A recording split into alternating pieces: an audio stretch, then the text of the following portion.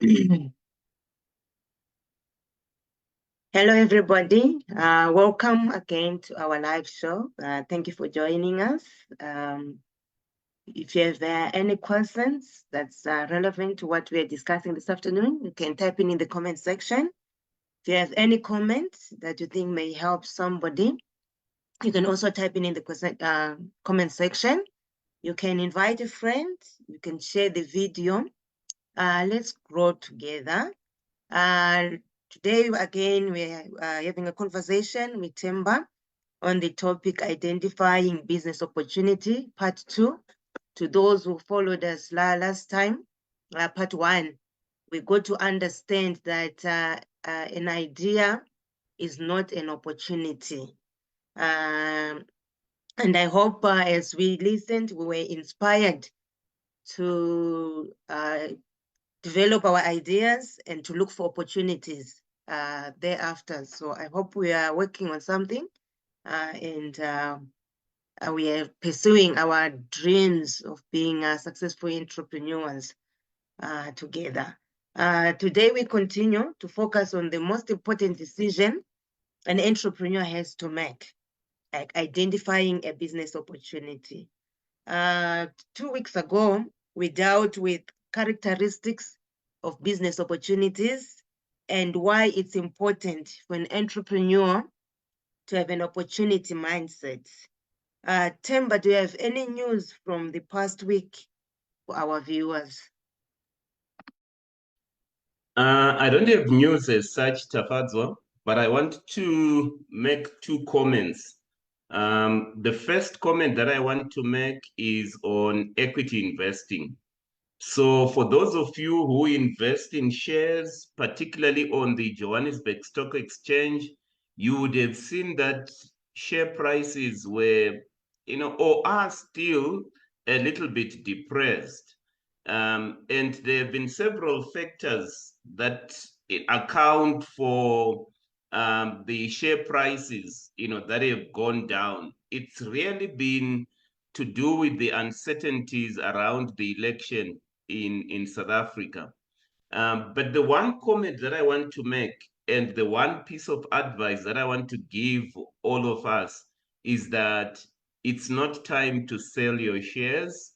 It's actually time to buy more, because when I look at it, the Johannesburg Stock Exchange is actually cheap compared to international stock market. So, the Johannesburg Stock Exchange ratings are low compared to other markets, such as the United States. If I look at the United States shares, they are trading on very high multiples because the economy there is doing very well. So if you look at the forward PE of most of the shares in America, it's about 20% or high. But if you look at this local stock exchange, it's trading below its historical ratings. So in fact, all of the local shares that I have looked at are trading on low multiples. And we've seen the JSE underperforming international markets. So just to give a few examples, I was looking at Sasol. I think the last time I looked at Sasol, it was trading on a PE of only 2.9 times. I know that it's a share that has had problems, but that share is offering a dividend yield of something like 9.4% and the same applies to commodity stocks as well. So what is my point? My point is that this is the time to buy shares on the JSE. There is all probability that stock prices are going to recover soon after the election. In fact, there was a survey that was done of South African fund managers concerning this issue. It was conducted by the Bank of America Global Research. And most of the respondents to this survey actually predicted that over the next 12 months, equities are expected to bounce back. And that's the nature of equities. So that's my first, commentary there, Tafadzo. Related to that, I just want to talk about the mindset of an investor. Sometimes you hear people talking about the world is about to end, things are falling apart. No, things are not falling apart. The world is not about to end. The world always moves in cycles. Never forget that. It's always up and down, but the world will continue for the foreseeable future. And the same applies to elections in South Africa. We don't know what's going to happen with the elections, but my sense tells me that everything will be back to normal, after the 29th of May. The second thing that I would want to say is concerning how South Africans are managing their debt. I was just looking at a report published by the South African Reserve Bank in the fourth quarter, and they were reporting that the household debt as a percentage of nominal disposable income has decreased slightly to 62.3%. So household debt as a percentage of disposable income has decreased slightly to 62.3%. Obviously, these are broad averages that they are looking at. When they looked at the last quarter of 2023, it seemed that, for, most people, the disposable income grew much more than the household, debt. But if you look at that ratio, 62.3%, it just tells you that South Africa is still a highly indebted nation, and households in South Africa are still highly, indebted. Which takes me back to the advisory that we gave at the beginning of the year. If you've got any extra income, pay off your debt. Interest rates are going to be higher for a longer time. I think that's all the indication that we're getting. So those are the two comments that I wanted to make, Tafadzo. Over to you.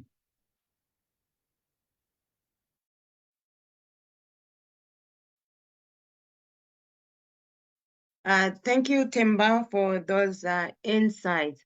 Our book for the week is The Opportunity Lenses, How to Spot Your Next Big Opportunity. What is the book about? And would you also give us your thoughts for the day? So the book is all about how to spot your next big business opportunity. Before I go into the book itself, Tafadzo, let me just remind all our audience that the reason why we're having this show on spotting big opportunities is that we're trying to encourage people, number one, to have first mover advantage. What we see in business is that the people that first spot the opportunity, execute on the opportunity, tend to profit the most from the opportunity. I think this book has helped me in a number of ways. Number one, it has given me sort of a framework of how to identify opportunities. So as you read this book, it was written by a guy called, Jurek D. Tenay, and he has written another book called The Value Mix. He's an entrepreneur himself. He's an innovator, and he lectures at a number of business schools. I always like books that give tools and frameworks. So in this book, you will get tools of how to identify new opportunities, and it's something that we'll talk about if we get an opportunity today. You will get a framework of how to exploit those opportunities once you identify them. Let me talk about my thought for the day. We are living in a very fast changing environment. In fact, I was reading a book which basically said that some of the changes that we are seeing in 1 year of our lives is comparable to the changes that were experienced over a decade in years gone by. So it just tells you about the quantum of change that we are experiencing in our time. And because we are living in a fast changing environment, that fast changing environment presents new opportunities and gaps. So the thought that I have for you is that you need to be very agile. You need to be agile in this fast changing environment. Agility means finding those gaps and exploring them and exploiting them. It's only the agile businesses that are going to survive the fast changing environments. Agility is something that must be built in the businesses that we are building. But even for the old businesses that have been there, I think they have to learn to continue to be agile. Sometimes I get discouraged when I see businesses that have existed for a long time, and one gets the sense that, oh, maybe they're going to continue for the foreseeable future with all the market share that they have acquired over time. But the hope that we have is that because things are changing very fast, there is always an opportunity to disrupt markets, to disrupt the status quo. And so, as an entrepreneur, look out for opportunities to cause some kind of disruption in the environment that we operate. And there is disruption that we are seeing all around us. And that gives us hope. There is businesses to be done by all of us. All we need is to be very, very agile and to be very adaptable in the environment that we are living in. Tafazo.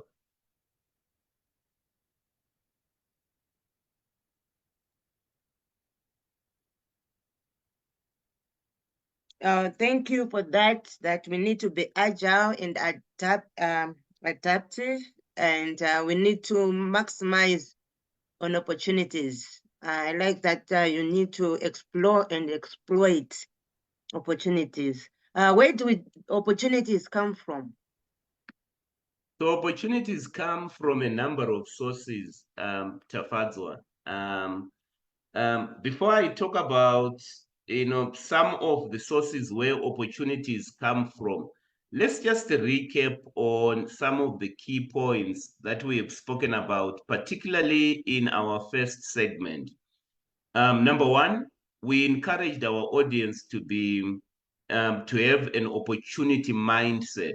Remember what we said in part one, Tafazo, that as an entrepreneur, as a business owner, you must always have a mindset for opportunity.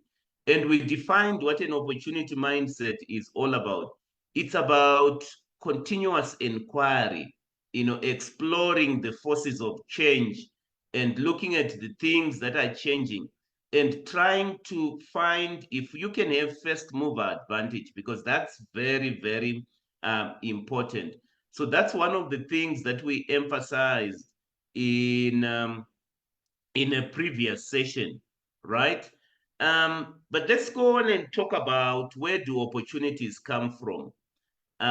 There are so many sources where opportunities come from, but I want to focus on 5 sources where opportunities come from. The first source that I can think of is unresolved problems. It doesn't matter where you stay. It could be, in Africa, it could be overseas. Wherever there is an unsolved problem, an unresolved problem, there is a business opportunity there. So let me give you an example of what I'm talking about. As I move around, I see unsolved problems, especially in the community where I stay. Problems such as, recycling of plastic, for example. Nobody seems to have a solution to that in terms of how can we recycle plastic. In fact, I was flying the other day and I also went on a boat, and it was quite amazing for me to see the amount of plastic that ends up in oceans and in seas. That's an unsolved problem there. When you look at such an unsolved problem, that's a business opportunity, for somebody. So whenever you see an unsolved problem, it's a problem that's there. Nobody seems to have a solution as yet. It's a business opportunity, So opportunities come from unsolved, problems. So in your environment where you are existing, try to look out for unsolved problems. If I were you, trying to identify a business opportunity, people go on social media to do so many things. If I were you, I would read Facebook to see what are the problems that are people talking about. I would listen to radio stations, talk radio stations, and try to get a sense of what are the problems that are people contending with, which have not been solved. Because in those problems that people have and are contending with, that's where business opportunities, are. People want convenience. So if people are complaining of, we're not experiencing convenience, that's a business opportunity. People want connectivity. People want their problems to be solved very fast. We live in a very microwave kind of generation where people want fast solution to problems. They want their problems to be solved very, very fast. If it still remains an unsolved problem, there is a business opportunity. So number one, opportunities come from unsolved problems. Number two, for a business person, opportunities come from specialization, specializing in a niche market. You cannot start a business and try to be a generalist, trying to be everything else to everyone. That does not work. What works in business is trying to find a niche to focus on. So let me give you two examples of what I'm talking about. I operate in the training industry, and sometimes I see that the market is flooded, with training companies. Think of a training company that will then say, we specialize in gamification training for your employees. In other words, we train your employees, we equip them with skills, and in that equipping of their skills, we allow them to play games.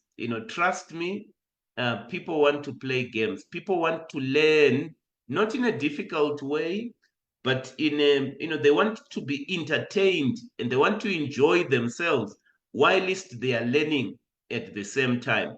So one of the things that we are seeing, particularly in the training industry, is the incorporation of gamification. And it has become a niche for some training companies. If you are just a training company that says, bring your people, we'll train them, and you are not niched in your training, then you might not be successful. So sometimes opportunities come when you begin to niche your business in a particular sector of the market. Think of a mechanic who says to you, I can fix all kinds of cars. Which mechanic would you go to? Somebody who says, I can fix all kinds of cars, or somebody who says, I can fix only Mercedes-Benz, and they specialize, there. The mechanic who specializes in Mercedes-Benz is likely to have more business opportunities than somebody who says, I'm a generalist. So what I find with some businesses is that they try to be everything else to everyone, and it doesn't work at all. So opportunities lie in specializing in a niche market. It doesn't matter what you're trying to do, whether you're in tourism. In fact, one of the things that I'm getting convinced about is that in every sector of the economy, there is always an opportunity. As long as you identify your particular niche, the special area that you would want to focus on, and not just try to be a generalist, that's where opportunities come from. Opportunities also come from trends, especially technological trends. So there are certain trends that we are observing, and here I would want to make a very important point. Never swim against the current. Never swim against a trend. And that applies in businesses as well. I don't care how skilled you are as an entrepreneur, it's very difficult to work against a trend. So if you want to see where business opportunities come from, look at a trend that is emerging, right? And so some of the business people that I have worked with or that I have observed are people who are on the lookout for emerging trends. I know of business people that would even travel overseas just to look for emerging trends, because if a trend is emerging elsewhere, sometimes it's a matter of time before that trend catches up, even in this part of the world. So let me now just take the opportunity to just highlight some of the obvious trends that you possibly would have seen in your areas, as well. So number one, the world is going green. That's a trend that we are seeing. And in 10 years' time, it's going to be about electric cars, electric bikes. Everything is going to be electric. That's a trend that we are going to see there. So that's a business opportunity, for somebody else. I know of people that have gone into solar because the world is going green. So the green revolution is here to stay. That's a trend. Artificial intelligence, we've been speaking about this. That's a trend. And if I were a business person who wants to set trends, I would look at what are some of the business ideas that I can have arising from this artificial intelligence. How can I incorporate artificial intelligence in the way that I do things? I was amazed the other day when one of our clients asked me, because part of the business that I run is being a facilitator. And one of my clients was asking me a simple question. Uh, Show us how you are incorporating artificial intelligence in the way that you facilitate, for example. It's not something that I had thought about, but it got me thinking about capitalizing on this trend and creating a business opportunity. The thing about it, colleagues, is that if we do not capitalize on these trends and incorporate some of these business opportunities into our businesses, we are going to be left behind, because there is an agile business person somewhere who is observing these trends and looking at opportunities and looking at ways of disrupting the market. Another trend that we are seeing is blockchain technology. You've heard people talking about cryptocurrencies.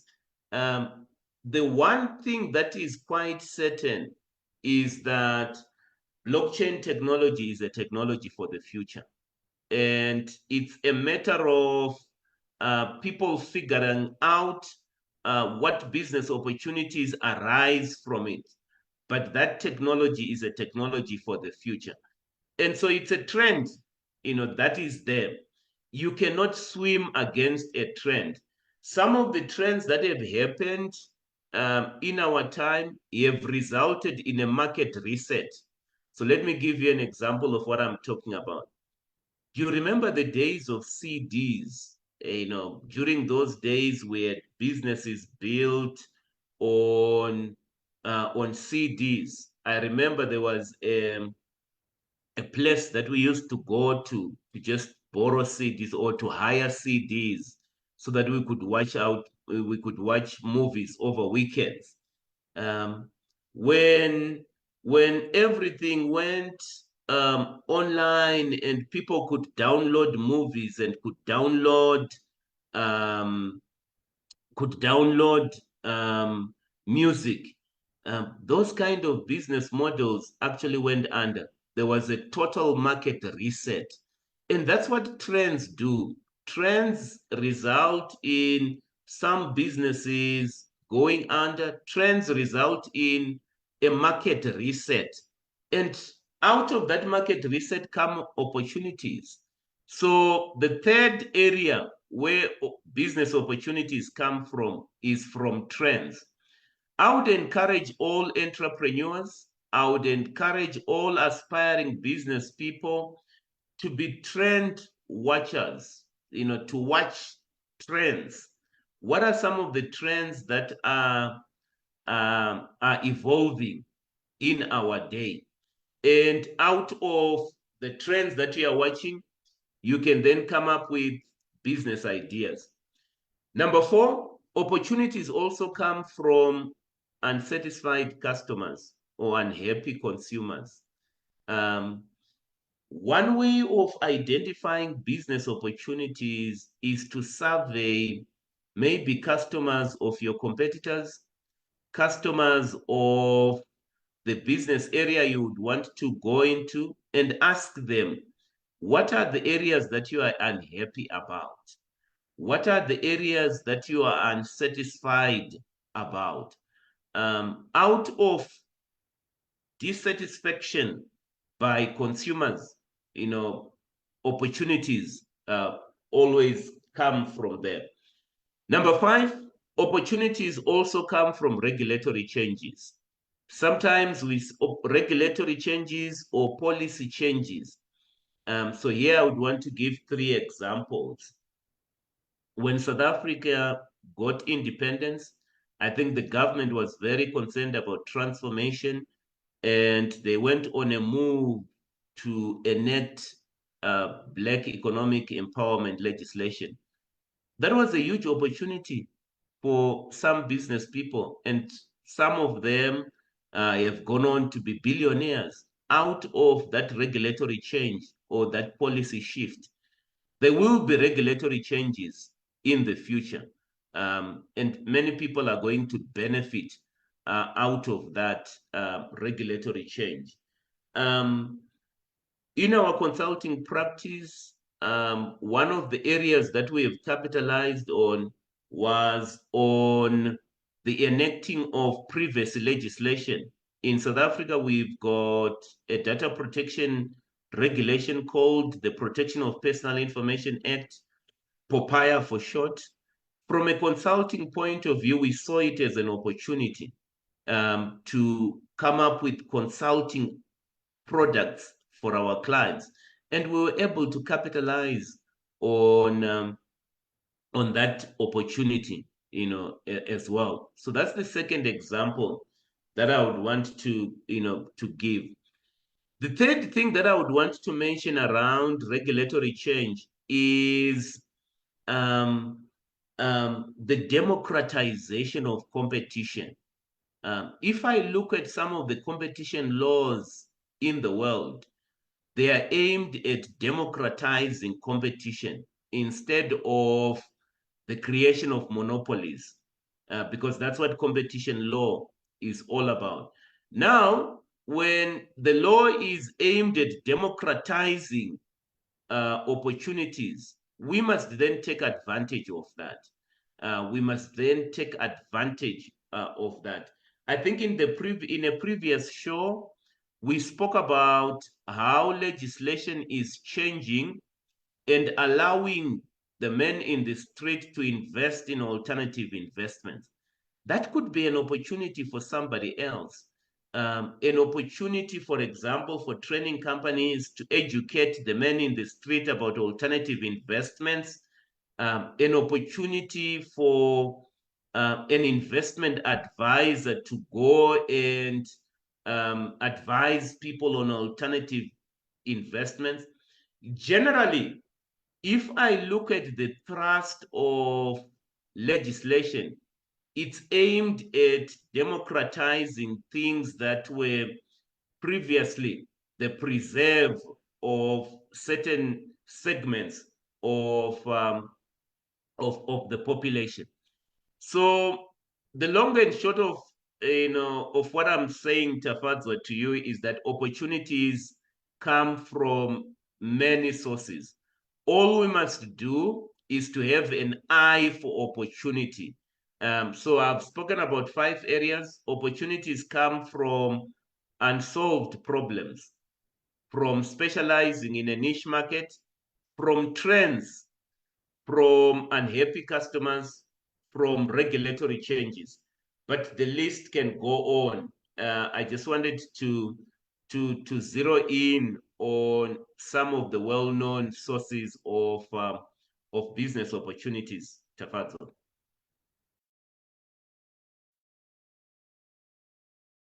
Thank you very much for those insights. I've got 2 questions, so I'll ask the first one. Well, you mentioned an opportunity about glasses and bottles. I just wanted to get some clarity. A while ago, I visited Zimbabwe, and I was talking to an elderly. So they were sharing that their friend was looking for their son, was not taking care of the family back home. And they only discovered that the son is in South Africa, but he picks bottles. You know, those people who pick bottles in the morning and take them somewhere. And I don't know what level is that an opportunity, because if I'm not sure whether that's the opportunity you're referring to, where recycling, where people, you know, those people we see in the morning who pick the bottles in the bins, and maybe we might need to clarify to our viewers, like at what stage does it become maybe a lucrative opportunity? Because as I'm saying, with that person who came to from Zim to here, who is pursuing that, I'm sure it's the lowest level of it. That's why probably they're not even able to support family home. And maybe an ordinary person may look down on looking for bottles, because like those people pick the bottles from the dustbins and maybe go to a shop where the bottles are thrown, and they sell them. I'm sure they sell them to someone who recycles or something. At what stage does it become a business opportunity? Because we mentioned that. So sometimes we speak about a value chain. In any business, there is a business value chain.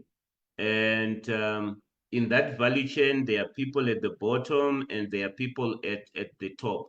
So what I was essentially talking about is that recycling businesses look at it as a value chain.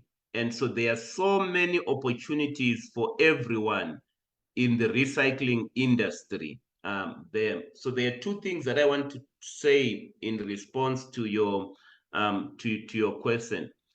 For people that are unemployed, I have seen recycling companies that are prepared to, pay a sizable amount of money for people that just pick bottles, pick litter, pick plastic, and you'll be paid quite a lot of money.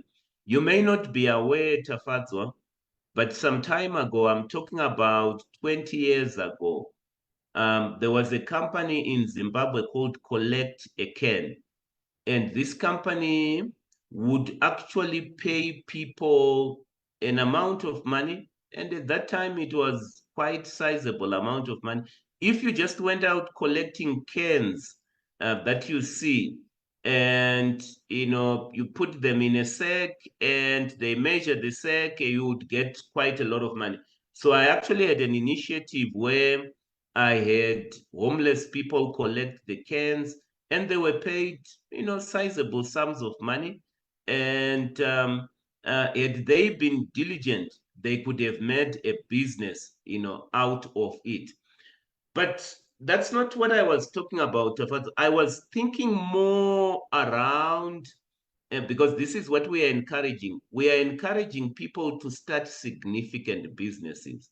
So what I had in mind was somebody who in that value chain is thinking of innovation in terms of technology, of how we can recycle things, because the world is in need of recycling.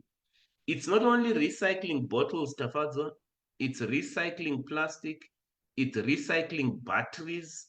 It's a huge business opportunity in Africa, in terms of recycling. So if anybody can think of a wonderful idea of how batteries, how plastic can be recycled sustainably, it's a huge business opportunity.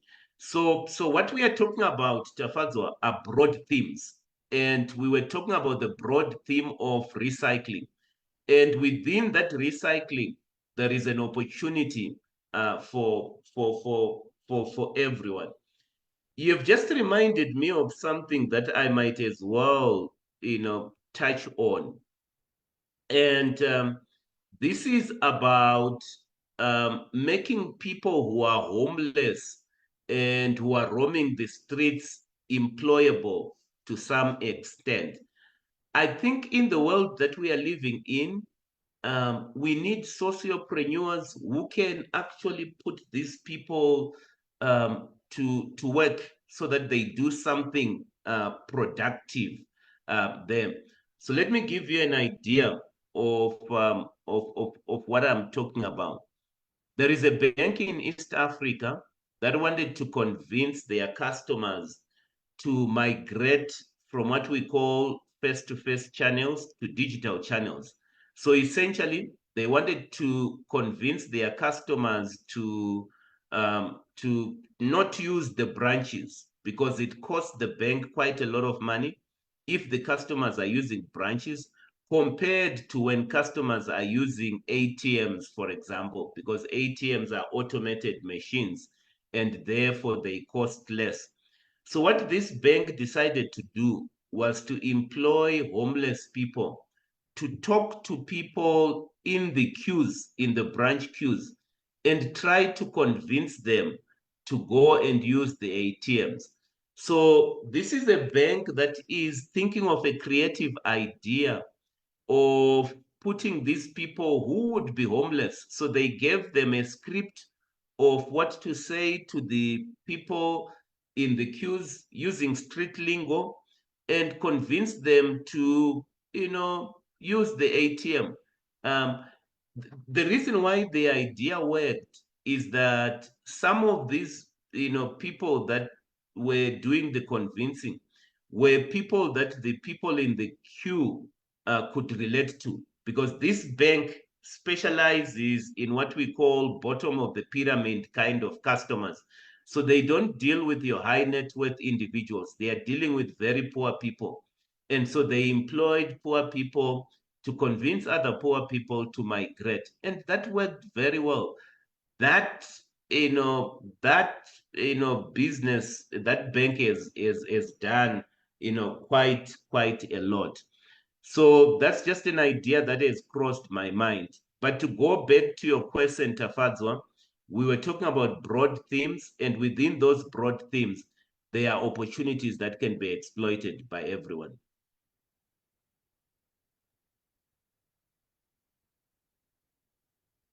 Thank you for that clarification. I'm sure our viewers will find where they fit in the value chain.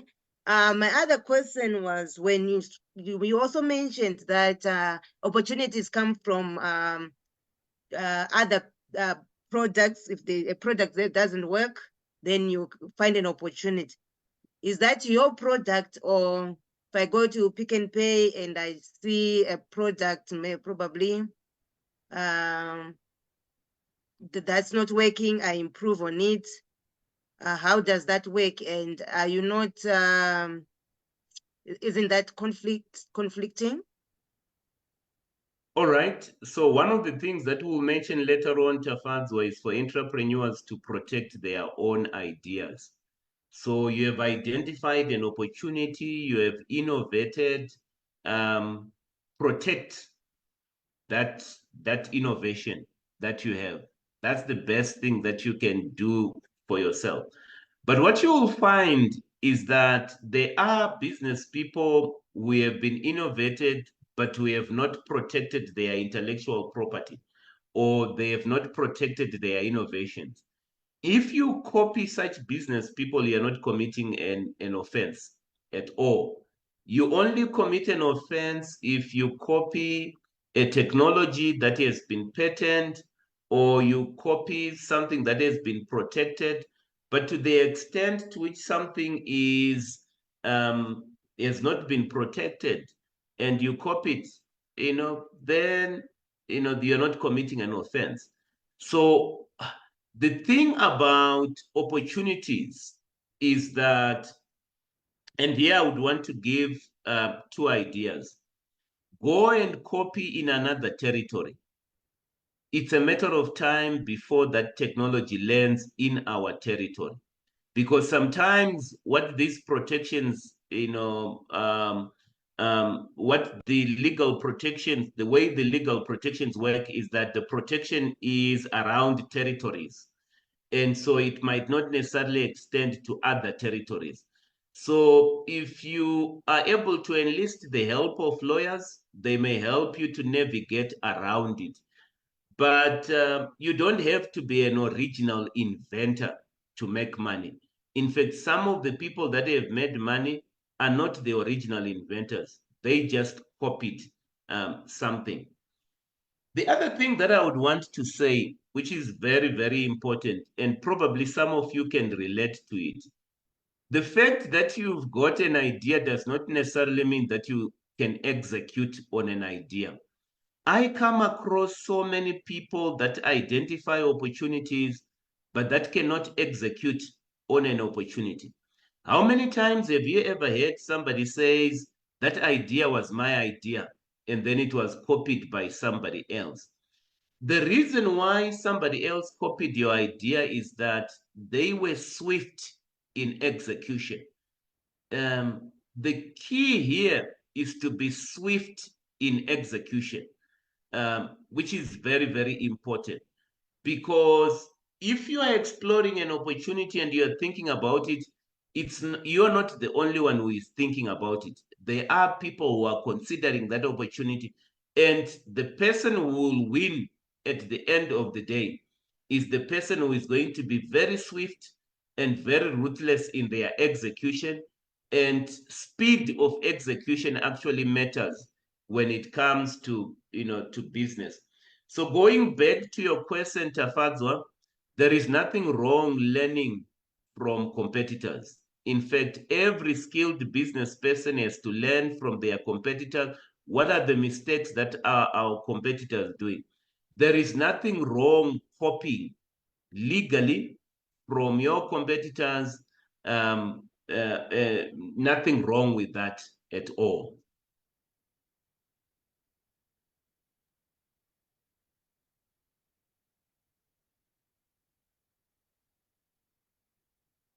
There is nothing wrong from learning from your competitors. Let us be more practical. Any specific business opportunities that you suggest our audience should consider in Africa, if you haven't mentioned them yet? So we've mentioned quite a number of business opportunities, but let me just mention probably 5 or so business opportunities.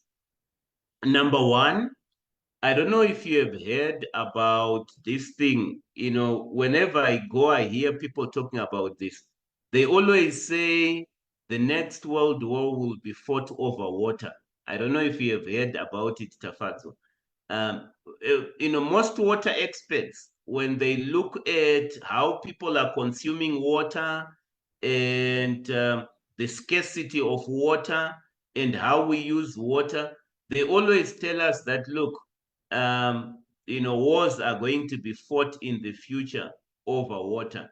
So what it tells me, Tafadzwa, is that water businesses are a huge opportunity of the future. So if you're a business person in Africa or elsewhere in the world, and you would want to make significant amounts of money, think about that particular statement and what business idea you can come up with around, that statement. It could be recycling of water. It could be exploitation of underground water. It could be, as I have seen in other parts of Africa, drilling of boreholes, whatever it could be. It could be irrigation, efficient ways of irrigation. But there is no question in my mind that some of the wealth that we are going to see in the future is going to be created around this whole theme of water. Secondly, we've already spoken about recycling businesses in Tafadzwa. I move around Africa, and hygiene and cleanliness in certain cities in Africa is a huge concern. And so, how do we then dispose of garbage in very efficient ways? How do we then recycle garbage and sometimes create energy out of garbage? That's a huge business opportunity, right there. It seems to me it's quite expensive at the moment to recycle garbage or to even dispose of garbage, to such an extent that some of the municipalities that I consult for in Africa have run out of land space to store garbage, for example. So that's a huge opportunity, right there. Garbage disposal, recycling businesses, recycling waste. If we can create energy out of this waste, then that's a huge business opportunity. Thirdly, affordable housing. I cannot tell you, Tafadzwa, how many consultations I have done for government agencies. And in most cases, people talk about a housing backlog. In every country I have been, there is a housing backlog. And this housing backlog that they are talking about, it's in the lower segment of the society, which we would call social housing or affordable housing. So if anybody can come up with a technology around affordable housing, housing that would enable people that belong to the low income segments to be housed in a decent way. I've actually seen models, particularly in the developed world, of prefabricated structures, that are quite affordable. But I haven't seen equivalent models in Africa. So affordable housing offers huge business opportunities. Renewable energy is another area that I would want to, highlight. I've spoken about the trend for the green revolution. So renewable energy offers huge opportunities, even in terms of financing. Another business opportunity is around tourism. Tafadzwa, you'll be so amazed. With increasing disposable incomes, people want to travel. So the desire for people to travel and explore will always be there. I was reading a report at the beginning of the week about Dubai and some of the developments that are going on, there, because they are envisaging increased traffic of people to Dubai, because Dubai is built around tourism, essentially. They are actually expanding, their airport by 5 times. In other words, they are building an airport that will be 5 times bigger than their current airport. These are people that think big in terms of tourism. What I find though, when I go to Dubai, is that everything is artificial. In fact, in Dubai, they have actually built a game park that is so artificial. In fact, everything in Dubai is artificial, but you would think that it's very real. They have got a real African game park.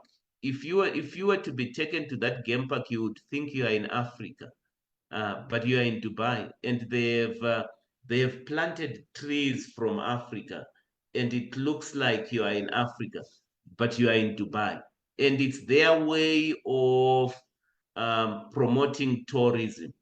I think we can do the same thing. We can be very creative in our own areas in terms of building tourism businesses and encouraging people to come to our area. Obviously, this must be facilitated as part of government policy. The difference between a Dubai and an African country is that in Dubai, they have got aligned policies. In other words, just to tell you about the alignment that they have got Emirates, their airline, that brings the tourists, and everything is aligned. They have got the way that the tourists then access the country.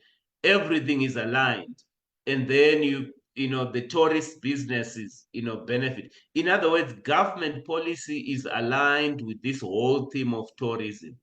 And I wish some of our African governments could be aligned in terms of their policies. Sometimes they talk about tourism, but they are not aligned. They are not marketing their countries with one voice and with a specific theme. But I think tourism-related businesses will still be, required there. So I've given you 5 examples of these are not the only practical opportunities, but there are opportunities that people can actually consider. If I may just throw in a 6th one, and this has to do with learning. I think learning is changing. The way that people are acquiring expertise is changing. It used to be the fact that people would go to university, and sometimes in university you would learn about academic things. What I find is that people want to be trained on things that are relevant, that they can quickly apply. They don't want to be taught knowledge that is outdated. Remember what we said at the beginning of this show, Tafadzwa, things are changing rapidly.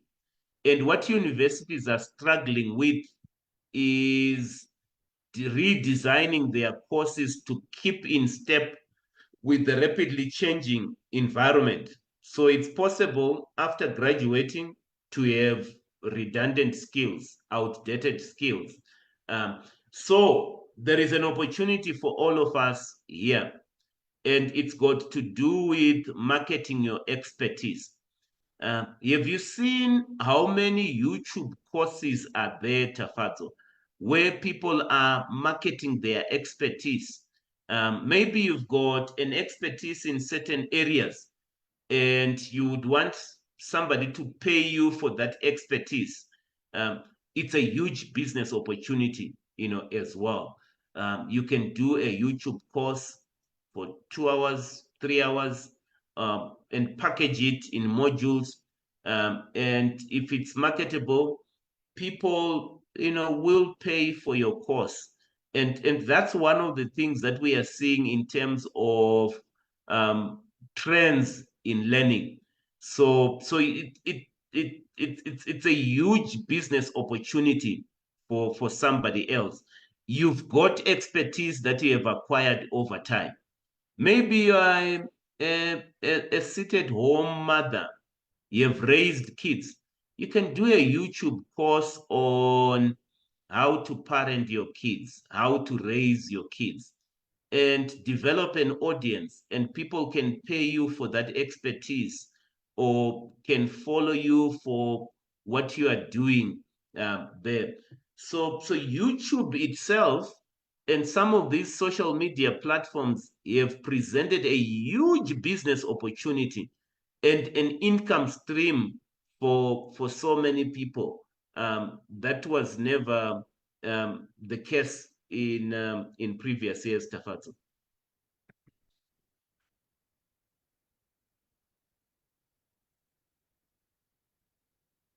Thank you for that. Say a business person has identified a business opportunity. What's next?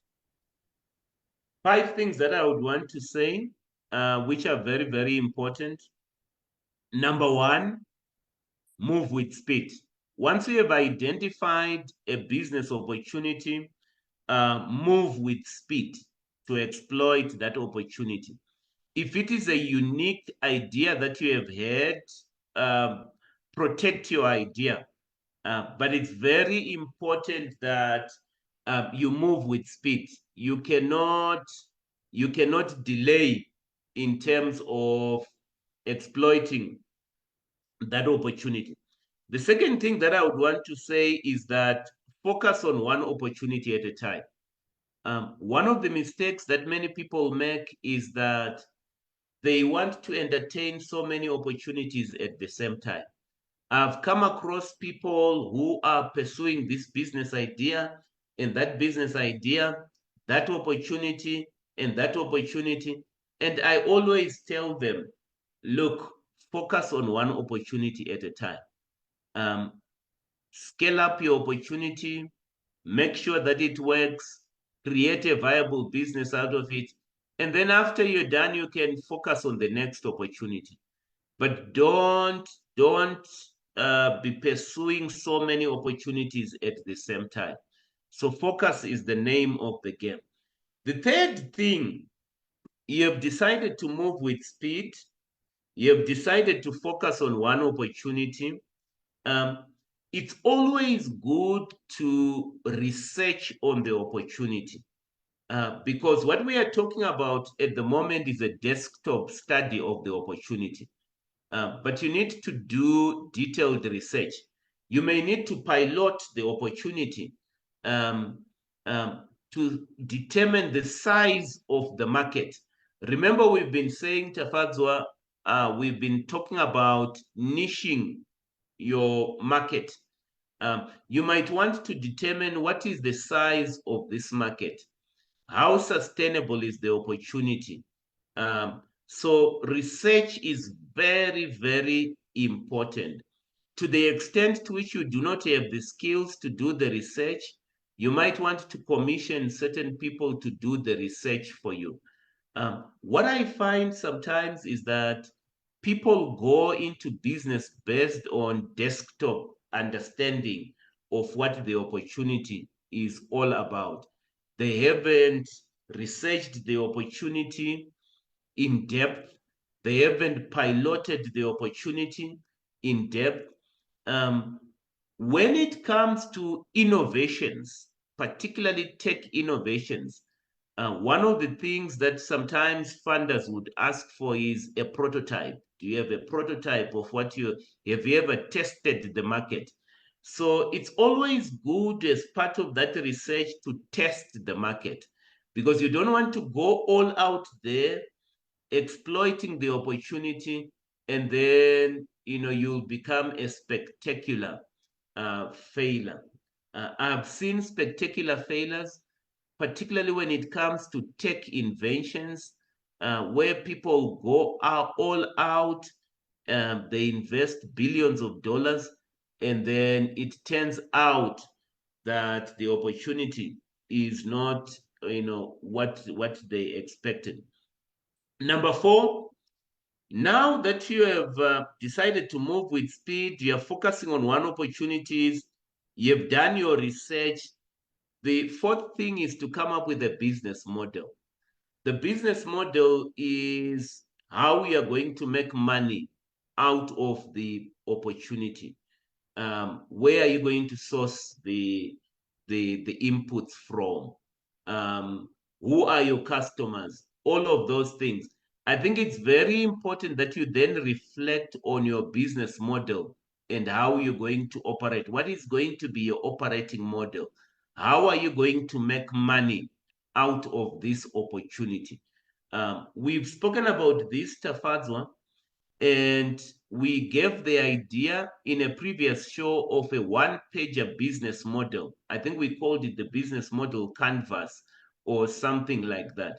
Don't go and build a business as yet, or go and build a business plan without having researched the opportunity, without having had clarity. Because when we talk about a business model canvas, we are all talking about having clarity of the opportunity in your mind. And then number 5, I cannot emphasize this enough. To the extent to which you have got innovative ideas, protect your idea. So the protection of your idea is something that is very, very important, Tafatso.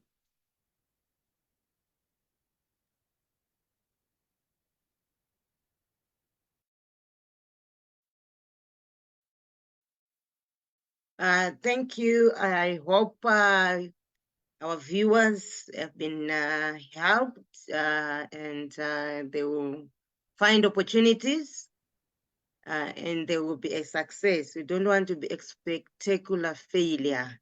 We want to be successful at the end of the day. What are any concluding remarks and where can people find you? The easiest way to find me is on LinkedIn. So just go to LinkedIn, type in Themba Duplex Mazibuko, and then communicate with me via LinkedIn. That's the social media platform that I use the most. But in terms of concluding and parting shots, Tafadzo, we are living in a time of great opportunity. It's very important that we build agile businesses and we adapt, right? There are lots of opportunities to disrupt certain industries, but speed of execution is very, very important. Protect your ideas, have clarity over what you're trying to do.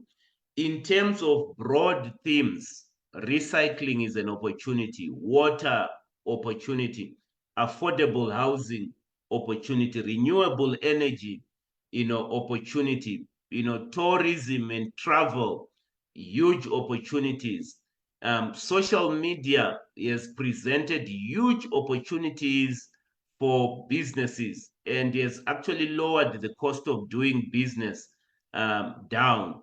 It has made small businesses to be visible even onto the global stage in ways that were not possible in the past.